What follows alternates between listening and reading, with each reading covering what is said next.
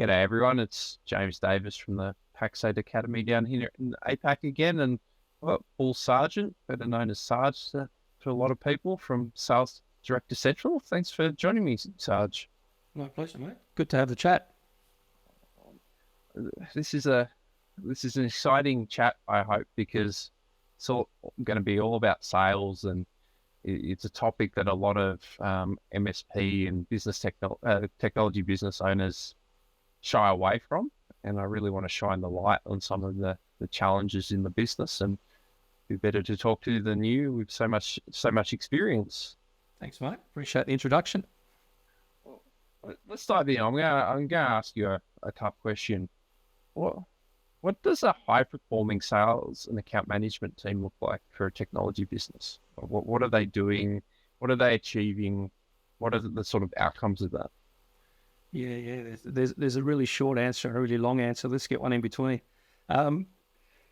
The high performance sales team is one that fundamentally, and this is sort of just the bottom line, fundamentally focuses on value. They're not focused on product, a services catalog, and all the nitty gritty features and functions that we as a business are so proud of what we built, and we think that we're selling, and selling is telling. And so they go out there and they tell. The best salespeople ask the best questions and take the best notes.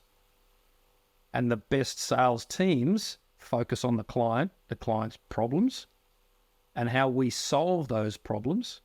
And so it's a value-based conversation that can only happen if I've got two ears and one mouth. And the sales departments that are the best should be renamed listening and problem-solving departments. I like that. I've seen myself, like the best, the salespeople I respect the most, they're not actually selling. They're having a conversation, they're understanding, and they're helping solve the problems. And what you just said there around, it's not actually about the features and the technical side at all. It goes against a lot of our business. So we're trying to build that sort of value-based sales and account management department. What do we need to put in place to drive that? Yeah, the focus on, for most technology companies, MSPs are the same. It's internally focused. And the sales training that I see happening in technology companies is all about our product. And for an MSP, it's all about our services catalog. And it's about going out and telling the client all the great things that we can do. Whereas that fundamental piece that needs to happen is that the sales rep needs to be given the right time and the right training, the right coaching to ask insightful questions. Now, quite often, the best MSP account managers, and to a degree the new business development managers, are very, very technically focused, because there's a complexity to what we do that requires some level of understanding and some background. And often I see those sales reps are so caught up in that level of detail and knowledge that their self-worth comes from, like a consultant, I know a lot of stuff and I want to let you know that I know a lot of stuff. Whereas the best way for a client to understand and appreciate that you know a lot of stuff is by asking them questions where they go, good question. Didn't think about that. Yeah, haven't really considered that.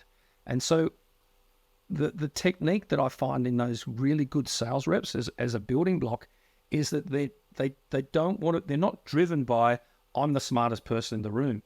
They're driven by, I want to help you, and I'm not selling to you, I'm helping you buy. And so what MSPs are selling is a service that every organization needs, as opposed to some other technologies which only 10% or 5% or 3% of companies need. But every company needs the services of an MSP, obviously size related.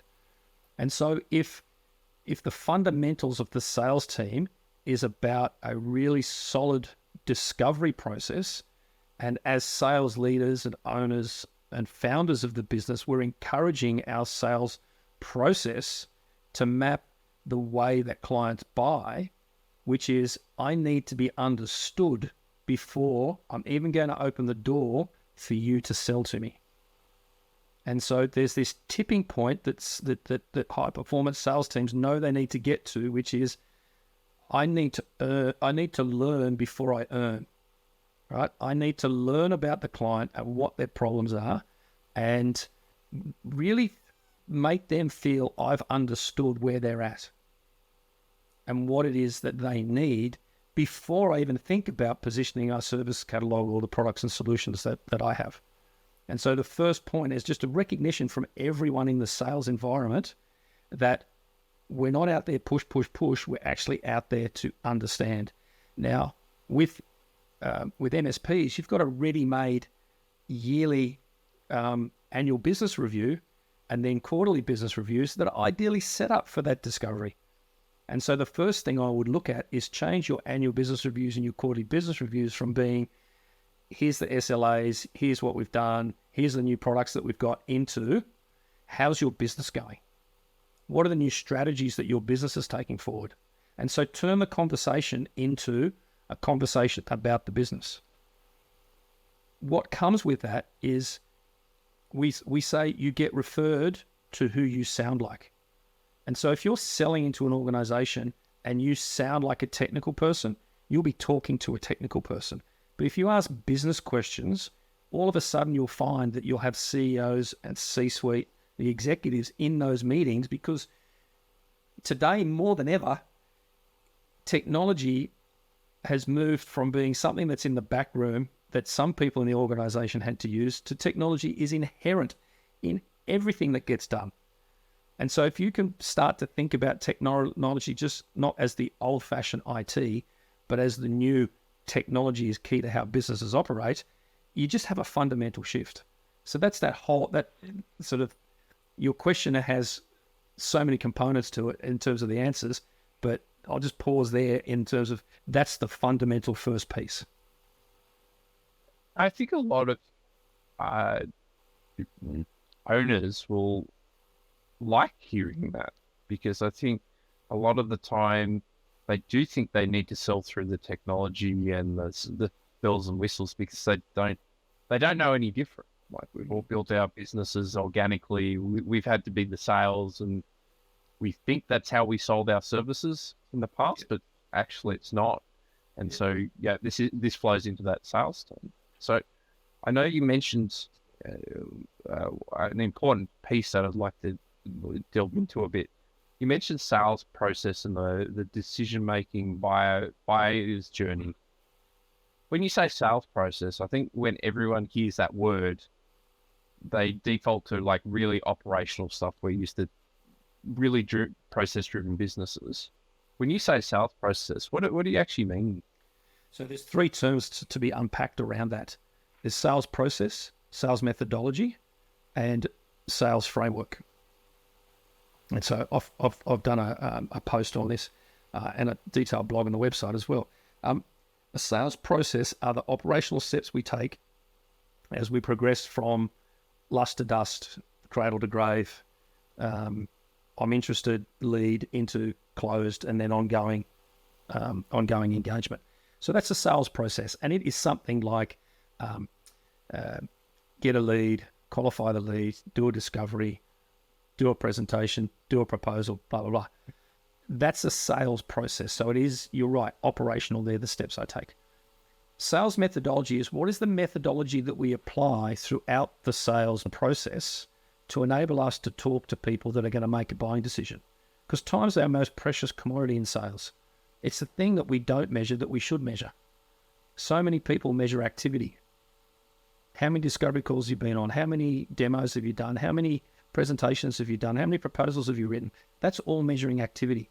We want to actually measure the qualitative or the time-based side of that. So how many discoveries have you done to people that are completely and properly qualified into being in our target market and that can make a buying decision in the time frame that we're looking at?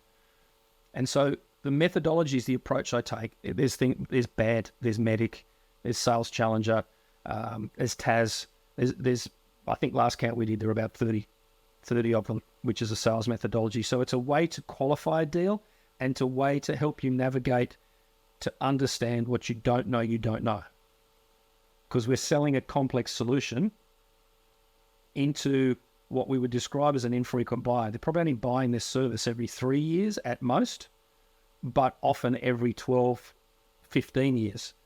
And so there is a complexity to the sale that we need a methodology that helps us determine, are we selling to the right people? Have they got the budget? All that sort of, at best, the easiest one, have I got the budget and access and so forth. So it's really about, that's the methodology which works within the process. And then the ones that it gets forgotten the most, and we've tested this over the last 4 years with 80 clients, is what we call a sales leadership framework. And so that is within that sales process, what's the overall framework of how we're going to conduct ourselves as a sales team? So in those two things I've spoken about, sales process and sales methodology, there is no discussion about what's the planning we're going to do going into a new year. What are the territories we're going to focus on? Geographical, vertical, however you want to describe it, industry-based. How many reps do we need? What is each rep's territory plan going to look like? Who are their target 20, 30 accounts? Or be it new business or be it existing accounts? What's that going to be? If I'm targeting a new account or I've got 5 or 6 really big accounts, what's my account plan going to be? None of that sits inside sales process and none of it is part of methodology. And so we talk about a sales leadership framework, which has got to be driven by the leaders of the business, which covers planning. It covers accountability. So if I'm planning something or I'm doing a meeting or I commit to something, how are we going to hold people accountable for the actions? And so we might do deal reviews and things like that as part of accountability. Methodology sits in there.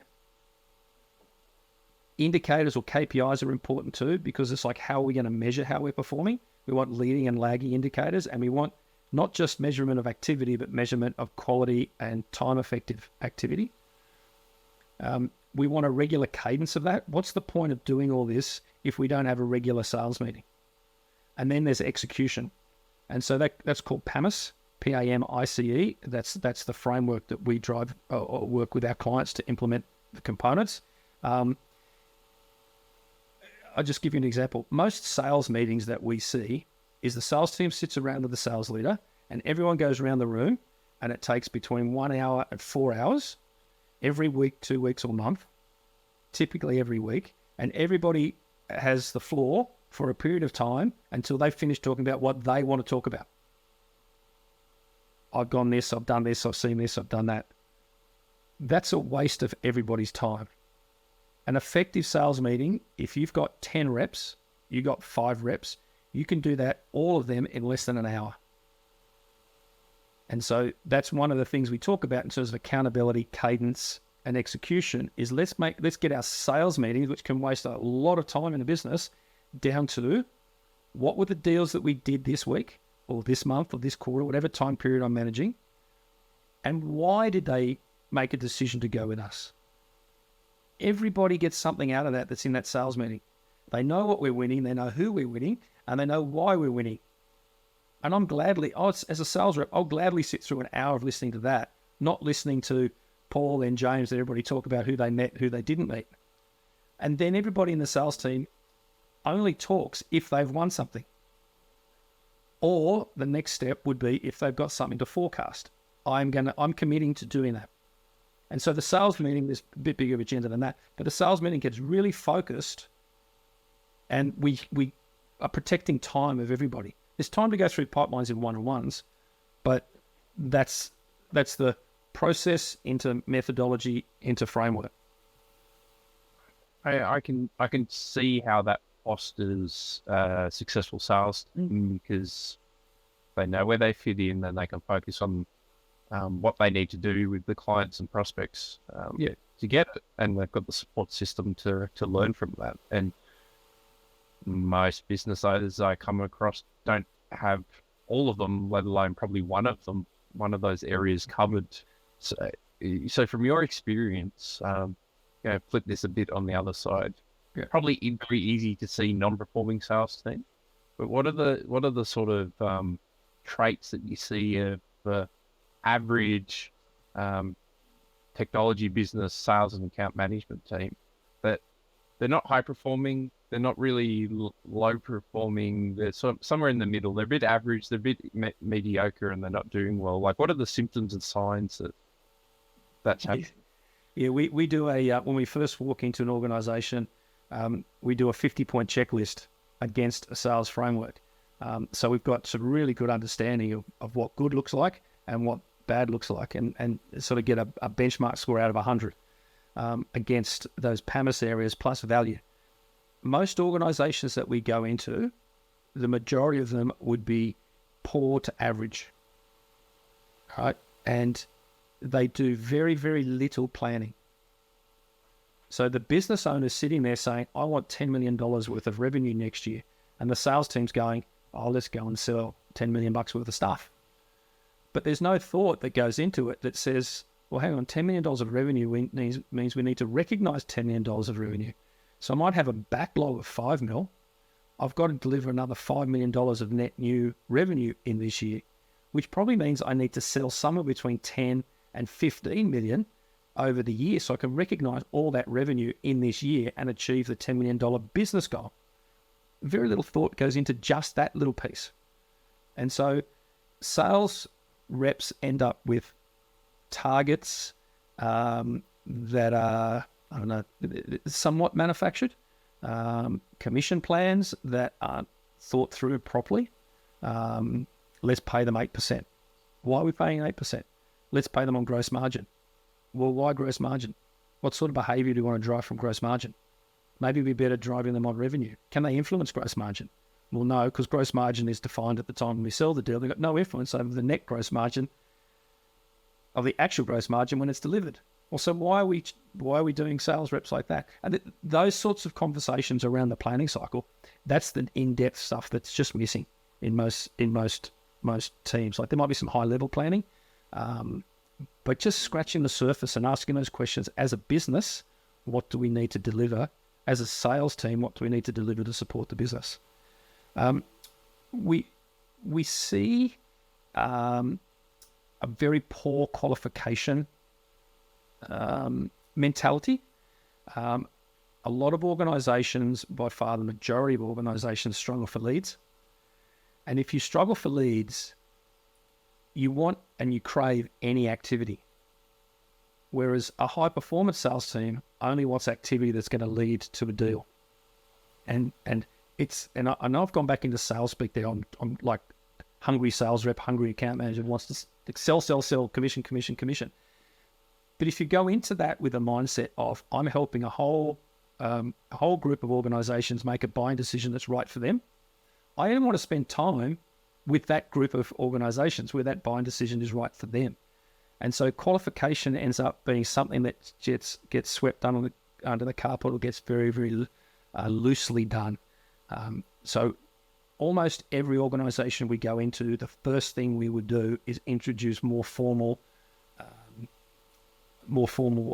methodology, qualification methodology, to make sure that they are dealing with those organizations that can make a buying decision. I know I've got some personal clients that's one of the big issues that we've had to face is there's not a lot of leads, and there gets a bit of a mentality sometimes of this account manager in particular just being an order taker.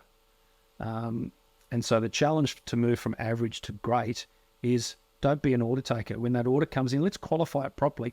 Now, qualification doesn't mean, no, I'm not going to sell you those 20 laptops. Qualification means, why do you want those 20 laptops? Why do you want them now? What would happen if you didn't get the 20 laptops? Right? It's asking a bunch of questions that shows the client you're really interested in them. And you might uncover, you might have to ask it 20 times, 30 times for different clients, but you might uncover, oh, we need 20 laptops because we've opened a new division. And that new division is going to be moving to a new location. Okay, can we help you with a network?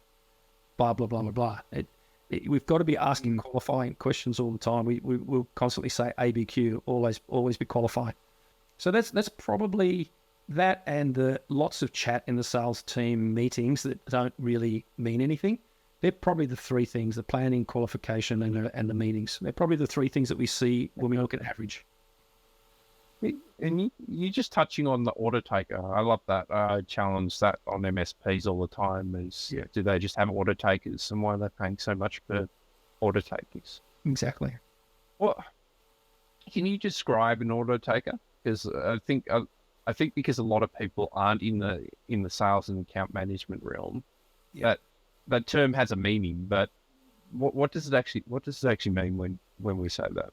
So when I refer to an order taker, it's typically an account manager.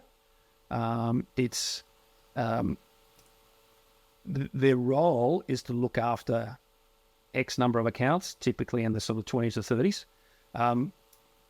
Their role is to represent the client internally in our organization, and is to represent our organization into the client's organization. So all that inquisitiveness and question and all that sort of stuff has to be there, because you've got to know about the client. The order taker does none of that. They've got a couple of relationships in the business that are typically at a lower level, because they're the people that are constantly asking for a new laptop or a couple of new licenses. And they sit at a very comfortable middle management level within their clients, and they just sit there and take orders. They're very quick to respond to quotes and requests for proposal, whatever happens to be the mechanism. And they help the people in their clients to get their orders quickly, and they work internally to get their orders prioritized and sent out to the client. So client wants 20 laptops tomorrow, bish bash bosh, 20 laptops turn up tomorrow. They want, 10 new Microsoft E5 licenses this afternoon, bang, they get that done. They don't dive into the depths of the organization they're working with, so that when they get asked for those 5 new E5 licenses, that they can ask insightful questions about why they need them, or why they need the 20 laptops. So my experience is a lot of those people in account manager positions in MSPs. Yep. Are those kinds of people trainable? Do they have the right personality to move up the stack? Do they have enough experience? From your experience seeing these sort of order taker account managers, are they the right people for what we need? Yeah, good question. I'll take a step back. The market, if you've got an existing sales rep, the best outcome for everybody, if they're not performing very well, the best outcome for everybody is that they become a high-performance sales rep. And so the mindset we go in with is not a massive stick. It's carrot. It's mentoring. So we don't call ourselves sales trainers. Right? Sales trainer, you send them off training, sales techniques, all that sort of stuff. They come back in the office, they ignore it. You haven't shifted the dial one piece. We talk about what we do more as mentoring. And so we get engaged typically by the founder or the owner of the business, or even the sales leader. And they say, I've got a problem with my sales team. I want to be a high performance sales team. And these 3 reps aren't working well, and these 4 or 5 are working well. We drill into that. Sometimes the best sales reps are the best sales reps because the sales leader likes them and they get the best leads, or they've got the best suite of accounts. And so we need to unwind all of that. And sometimes the poorer performing sales reps are the ones that have just had not the best time there, and it just hasn't worked. So the starting point for us is to try and work with them, and to try and turn that order taker, or the one who's not performing as well as we like, and help them become a top performing rep. That's our mentality. But not all of them are going to make it. Not all of them are going to make it.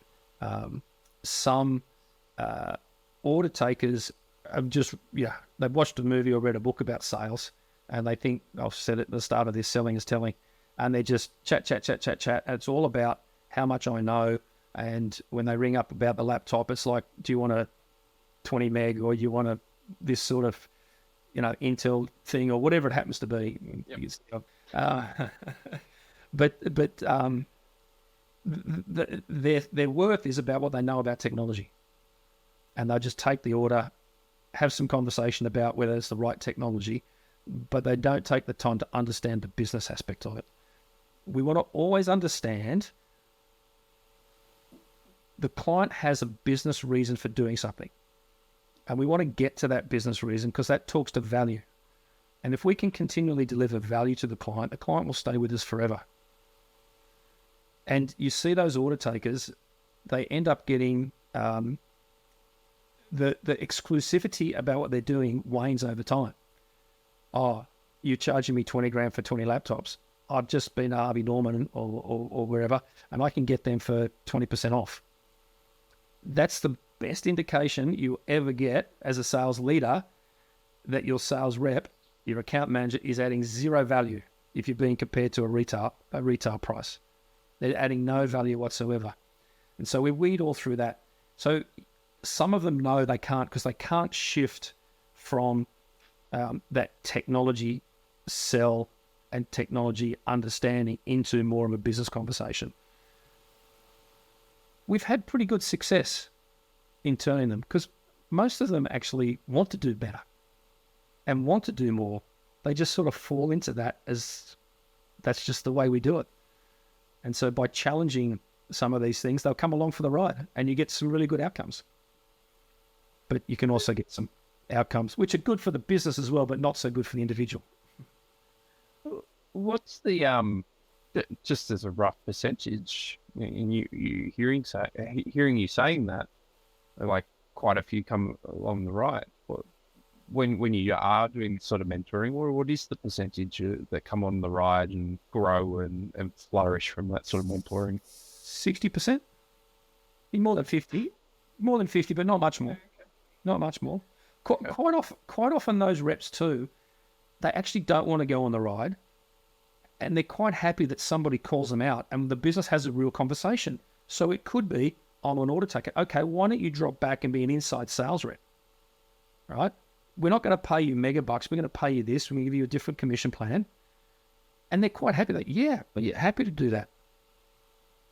Others just fall back into it because they're not interested in the business that much. And if you help them move along, they're like, you can tell, I've spoken to sales reps and I asked the question, do you enjoy coming into the office? This is pre-COVID, you can tell. But do you enjoy coming into the office in the morning? And someone will go, no, I hate it. And it's like, what are you doing here? Oh, yeah, maybe I'm just too lazy to move. I said, well, why don't we help you move? Because it's going to be the better outcome for him. If you don't really want to be here and you're not performing, why are we all doing this charade? And now HR will jump up and down and probably have a big chat to me about that. But I think you can still have honest conversations. I think it's needed. I think there is a lot of complacency around the sales and what you were explaining there with the order taker concept. My mind went to the whole, well, actually, if they're good at that and they enjoy that and they actually really, there is that sales support role that a business needs. If you've got a bunch of account managers, it's better them going and speaking to the clients and providing on that value and having someone running around doing the orders for them. Yeah, that's right. But I suppose a lot of MS, especially MSPs and the smaller SIs and stuff, they don't have a big sales team. So try and fit everything to one person. It is tougher, James, for that smaller organisation because they almost need that unicorn account manager who can do everything. And that's harder, whereas the larger ones can have I've got the relationship and the business-focused account manager, and then I've got the technical team that sits underneath and supports them. So I do see that in some of the smaller ones, that just getting that volume to be able to support a broader-based sales team, it can be difficult. But that's where you've got to have the team, because some members might be better at having that outbound conversation and others better at the technical, and they just need to support each other while the business grows. So when we're talking measurement, like you mentioned a few times like KPIs and stuff, but let's focus on the account managers to start with. What do you typically measure them on for being an account manager? It is case by case, and we work across a number of different technology organizations. So we work with MSPs, we work with SaaS, pure SaaS software players, and some more complex IT services organizations. And so it does change a bit across that. The conversation I start to have is what's leading and what's lagging. And so a leading indicator that I like to have is qualified pipe, just as a starter. So if I've got my qualification right, it's not the size of the pipe. The pipe is fine, and that's a measure I might have. But one of the first ones I look at from a leading indicator is a qualified pipe. And so a qualified pipe's been through a formal qualification process. I've had a call with them. It might have been a more detailed discovery call. And I look at what that qualified pipe is that can satisfy monthly, quarterly, yearly targets. So that's probably the first one that I look at. That's an important one because if you take the average sales rep, they win one, they lose one, and there's no decision in one. And so if I'm really good at qualifying and get my qualified pipe, so it's clear to me that those that are making no decision, I can get out, and I win one, lose one, I go from a 1 in 3 to a 1 in 2. And so that's where qualified pipe really starts to help. So I look at that as when I get to lagging, it is of your qualified pipe, who made no decision and who lost. Because if we just lost to the competition, to a certain degree, that's like, yeah, okay, we've done the right thing. We had a customer who's going to buy, and okay, you win some, you lose some. The best sales reps don't lose too many, because they'll qualify out ruthlessly from those where they don't think they've got a competitive advantage. And so they increase that where they're winning, where instead of winning 1 in 3 or 1 in 2, they're winning, 4 out of 5. Yeah. So that qualified pipe becomes that leading indicator, that leading indicator of what am I likely to win? And it's the lagging indicator of why did I lose and what can I learn from that? So that all rests around qualification. I don't like the ones which are just how many proposals have you put in? How many proposals were we asked to put in versus how many proposals did we say I'll send you a proposal. And so on proposals, we like for the client to ask for a proposal. Now, if you're selling to government, that's different because you've got a tender in, that's part of your sales process. It's a step, you have to do it. If you're selling to private enterprise doesn't always have to have a proposal. And if they do, we want them to ask for the proposal. And so what I'd like to see is how many proposals have we put in where we've worked with the client on what the audience is for the proposal and what they want in the proposal. Because if the client's working with us on who's going to get the proposal, because they only use the proposal to get a sign-off. Okay. And so who's part of that sign-off? And so if I can see in my pipeline, I've got 20 proposals that have gone out the door, and 10 of them we've worked with the client on the agenda. They've asked for it on the chapters and the makeup of it, and we know who it's going to make a decision, versus proposals that we've just sent in to Fred, and I think Fred's going to take it through the business. They're vastly different indicators on our success. The proposal that I just sent out to James, I'm hoping Pax 8 is going to buy our services. If I've just sent that in, I'm not likely to win that, or if I am, it's going to take 3 years for you to get it through all of Pax 8. Whereas if I've been talking to you for 6 months or 3 months or whatever it happens to be, and then you've got me introduced to the country manager for Australia, and I've spoken to the country manager for Australia and the area VP, and then the global head of sales, and all three of you, and we said, this is what we want in the proposal, how are you going to roll this out internationally? I've got a much higher chance of winning that one.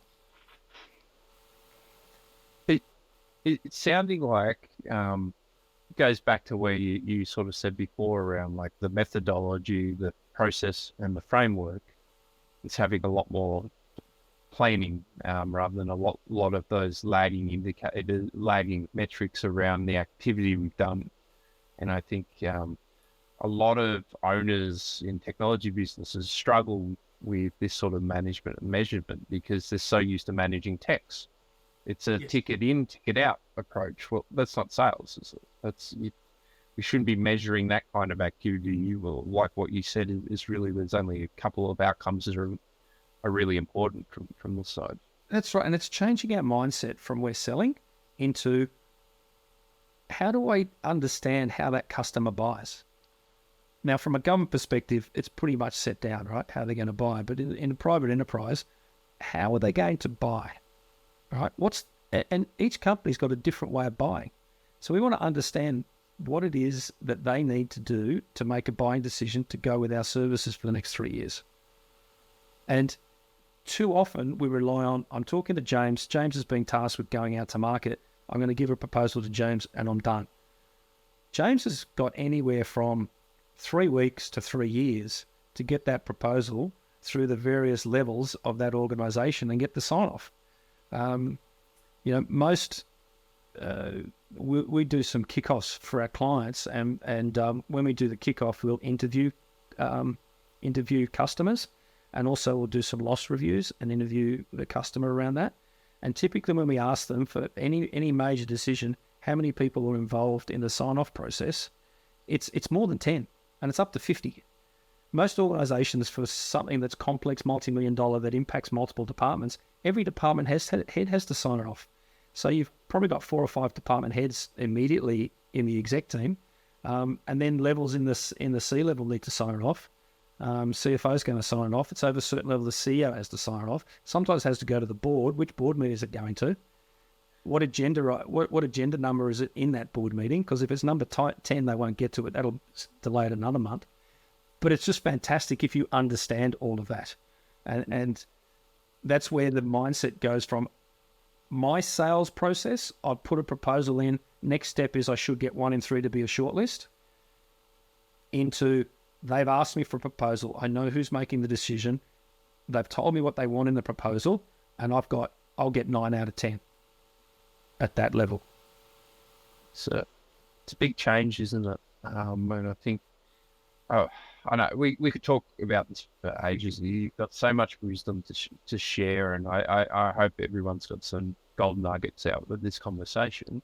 To wrap up, what's the major takeaway that you want people to walk away from this conversation?